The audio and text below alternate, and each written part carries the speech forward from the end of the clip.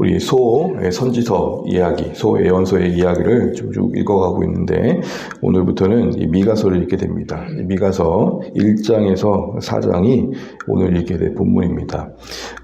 미가서는 남유다를 대상으로 사역했던 아모스서와 좀 동종 비교가 됩니다.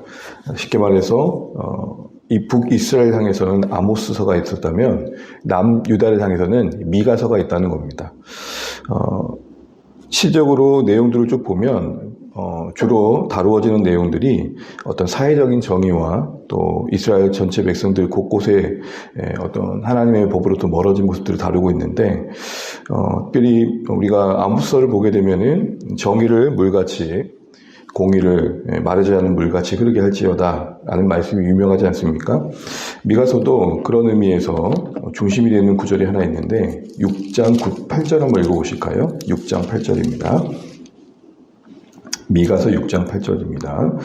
함께 읽죠. 사람아, 주께서 선한 것이 무엇임을 내게 보이셨나니 여호와께서 내게 구하시는 것은 오직 정의를 행하며 인자를 사랑하며 겸손하게 내 하나님과 함께 행하는 것이 아니냐.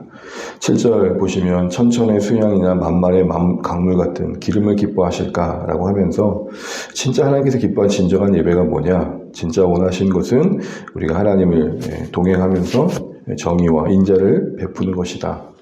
이 구절을 중심으로 아모스 중심 구절인 5장 24절에 정의를 물같이 공의를 마르지 않은 물같이와 비교되면서 미가서와 아모스는 각각 그 다른 지역이지만 그 각각의 북이스라엘과 예루살렘의 어떤 사회적 전반적인 그런 삶의 모습들을 다루고 있습니다. 그런데 조금 차이는 미가서는 지도자들의 어떤 부패에 대한 더 장단한 드러내고 있다는 겁니다. 대표적인 말씀 하나 보시게 되면 3장 2절입니다. 3장 1절 같이 한번 읽어보죠. 3장 1절 내가 또 이르리니 야곱의 우두머리들과 이스라엘 족속의 통치자들아 들으라. 정의를 하는 것이 너희 본분이 아니냐.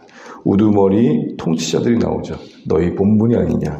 하나만 더 볼까요? 11절에 보면 그들의 부패상이 적나라하게 드러나 있는데요.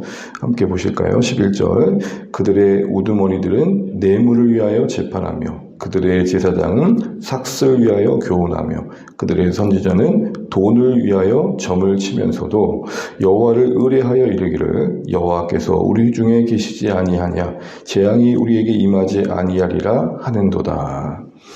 우두머리 제사장 선지자를 각각을 이야기하면서 각자의 역할을 감당하는데 그 본분을 다하지 않음의 중심엔 물질이 있죠. 뇌물, 싹, 돈. 이러면서 문제를 드러내는데 더 문제는 그런 중에도 스스로들은 하나님을 더 의지한다 하면서 우리가 하나님과 함께하고 있기 때문에 우리는 재앙을 겪지 않는다라는 이런 오만함까지 범하고 있는 것입니다. 바로 이런 분위기 속에서 하나님의 엄중한 심판의 메시지가 이제 전해지고 있는 것이죠. 그런데 오늘 그 하나님의 메시지가 전해주는 가운데 분명 소망도 곳곳에서 나오고 있습니다. 그 소망의 메시지는 이 소예언서 내에서 계속해서 반복되는 거죠. 심판과 구원과 심판의 메시지가 번갈아 가면서 등장합니다. 근데 다른 데와 다르게 미가서는 읽어보시면 알겠지만 이렇게 반복되지 마치 추가 왔다 갔다 하듯이 심판에 대한 이야기, 소망에 대한 이야기, 심판에 대한 이야기, 소망에 대한 이야기가 이렇게 오고 가고 있습니다. 그런 가운데 오늘 우리가 좀 보고 싶은 내용은 바로 이런 메시지를 전하고 있는 미가의 자세입니다. 한마디로 말하면 선지자로서 세움받아서 남유다를 향해서 하나님의 말씀을 전하는 그 마음과 그 모습이 참 우리에게 도전이 되고 격려가 됩니다. 왜냐하면 전하는 자로서 그는 하나님의 선지자로서의 어떤 높아진 마음을 가지고 남유다를 질타하듯이 정죄의 마음을 가지고 전하는 게 아니라 그 자신도 그 메시지 앞에 진실하게 서 있는 모습을 보여주기 때문이고 그 가운데서 보여주는 신앙의 고백과 또 하나님을 향한 의지의 모습이 우리에게 눈에 들어오기 때문입니다. 세 가지의 대표적인 구절이 나오는데요. 일단 1장 8절 한번 보시겠습니다. 1장 8절 9절 같이 한번 읽어보겠습니다. 이러므로 내가 애통하며 애곡하고 벌거벗은 몸으로 행하며 들깨같이 애곡하고 타조같이 애통하리니 이는 그 상처는 고칠 수 없고 그것이 유다까지도 이르고 내 백성의 성문 곧 예루살렘에도 미쳤음이니라. 이스라엘과 그리고 예루살렘의 심판을 쭉 이야기하면서 7절까지 그 이야기가 나오잖아요. 그 죄를 드러내시고 그 죄를 심판하시기 위해서 임하시는 하나님에 대한 이야기를 다루면서 8절을 보시면 이러므로 내가 라고 합니다. 그러니까 이런 구조입니다. 하나님의 메시지를 전하고 그 메시지 앞에서 다시 자신의 현실로 돌아와서 그 메시지 앞에 자신의 모습을 보입니다. 반응합니다. 그러니까 전하기만 한 게 아니라 전하는 말씀이 자신에게 영향을 끼치고 있다라고 보여주고 있는 것이죠. 그렇게 이스라엘의 죄를 이야기하면서 뭐라고 말합니까? 이러므로 내가 애통하며 애곡하고, 그러니까 차가운 마음, 냉정한 마음, 그런 마음으로 전하는 게 아니라 어쩌보면 너희는 왜 그러니 하면서 어떤 질타하는 그런 나는 그렇지 않은데 이런 어떤 스스로의 의의 기준에서 전하는 게 아니라 그 죄를 지적하면서 애통해하고 함께 아파합니다. 그러니까 이스라엘의 짐을 함께 지는 마음으로 전하는 것이죠. 그러면서 뭐라고까지 얘기합니까? 애통하는데 벌거벗은 몸으로. 이거는 회개의 마음을 말합니다. 회개의 모습을 말합니다. 애곡하고 애통하는데 들깨 같고 타조 같다 그럽니다. 이건 통제될 수 없는 울음을 말합니다. 짐승이 울을 때 그 다스릴 수 없고 제재할 수 없는 것처럼 말이죠. 그 이유가 뭡니까? 9절에 유다까지도 이 이스라엘의 범죄가 영향을 끼쳐서 우리도 그것을 닮아 무너지게 되었다. 이런 얘기를 하는 것이죠. 또 한 군데를 보면 3장 8절입니다. 미가서 3장 8절. 같이 한번 읽죠. 오직 나는 여호와의 영으로 말미암아 능력과 정의와 용기로 충만해져서 야곱의 허물과 이스라엘의 죄를 그들에게 보이리라. 오직 나는. 앞에는 어떤 내용이 나왔습니까? 무두머리들이, 선견자들이 이렇게 불법을 행하고 불의를 행한다라는 이야기가 나오죠. 그런데 그 가운데 이런 고백을 하는 겁니다. 그러나 오직 나는 하나님의 영으로 충만해져서 야곱의 허물과 이스라엘 죄를 그들에게 보일 것입니다.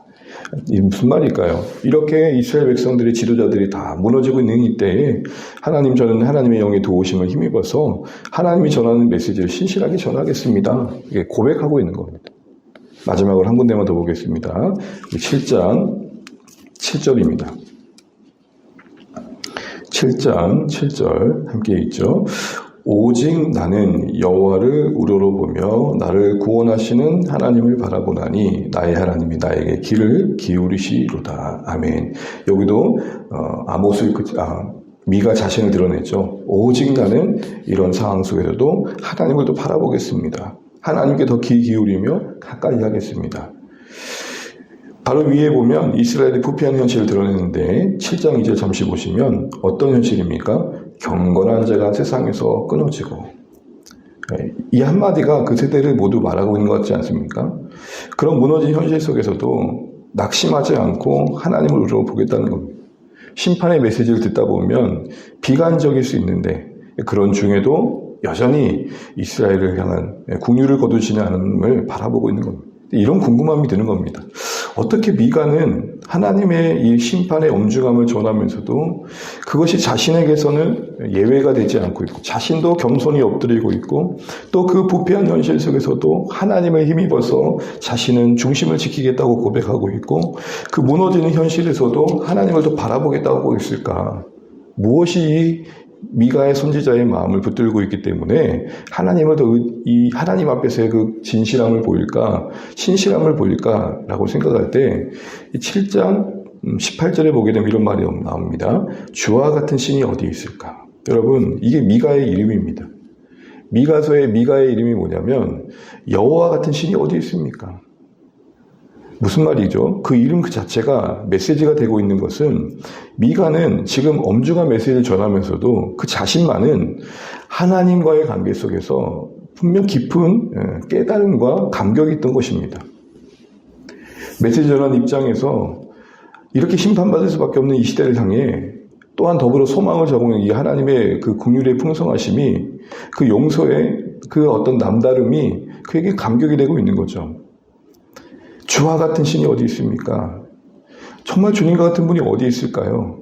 다시 말해 하나님과의 깊은 그 자신과의 관계 속에서 경험에 대한 감격, 그런 어떤 은혜에 대한 깊은 깨달음이 그 시대 속에서도 메신저로서 그 자신이 자고하여서 높아진 마음이 아닌 하나님 앞에서 그 진실한 마음을 지킬 수 있었던 것입니다. 전하는 메시지와 자신을 분리하지 않고 그 전하는 세대 속에서 하나님을 의지하여 자신을 지키려고자 하고 계속해서 그 자신의 현실의 메시지를 가져오고 있는 이 미가서의 모습이 여러분 내내 좀 주목되어 주시면 좋겠습니다. 제가 신학교 다닐 때 설교자로서 3가지 거리가 중요하다는 걸 배웠습니다. 그 첫 번째는 하나님과의 거리입니다. 설교자는 하나님과 그 누구보다도 진실하게 가까워야 된다. 하나님 앞에서 하나님을 경외하고 사랑해야 된다. 이렇게 말씀을 드렸습니다.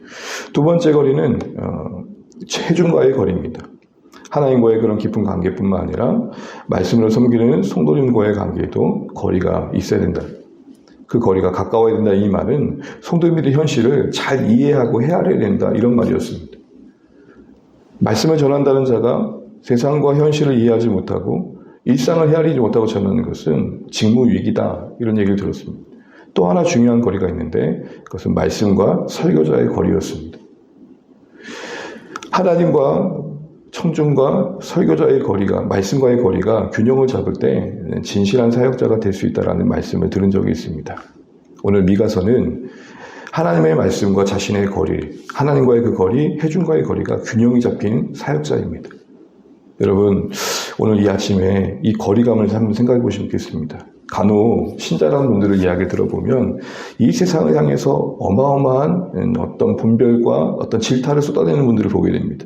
근데 정작 그 자신이 하나님과 말씀과의 거리는 무너진 지 오래예요. 미가서를 전하면, 미가의 말씀을 전하면서 미가는 그 모든 메시지 단락마다 자신을 연결시키고 있어요. 이게 오늘 우리가 묵상할 내용입니다.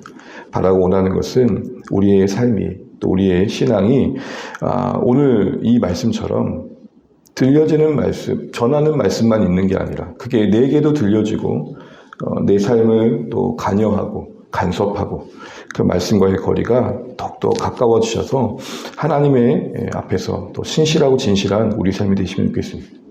미가서가 모든 단락마다 그 말씀을 자신에게 적용시키고 그 말씀을 자신의 현실로 끌고 와서 자신 안에서 그 말씀이 먼저 역사하고 있는 것을 경험하고 있다는 거 잊지 마시고 오늘 우리가 이런 말씀 앞에 제대로 반응하시면 좋겠고 오늘 미가서가 보인 이 진실한 거리 이것이 우리 가운데 이루어 주셔서 하나님 앞에서 우리의 삶이 또 아름답게 쓰여져 가시기를 간절히 축복합니다. 기도하겠습니다.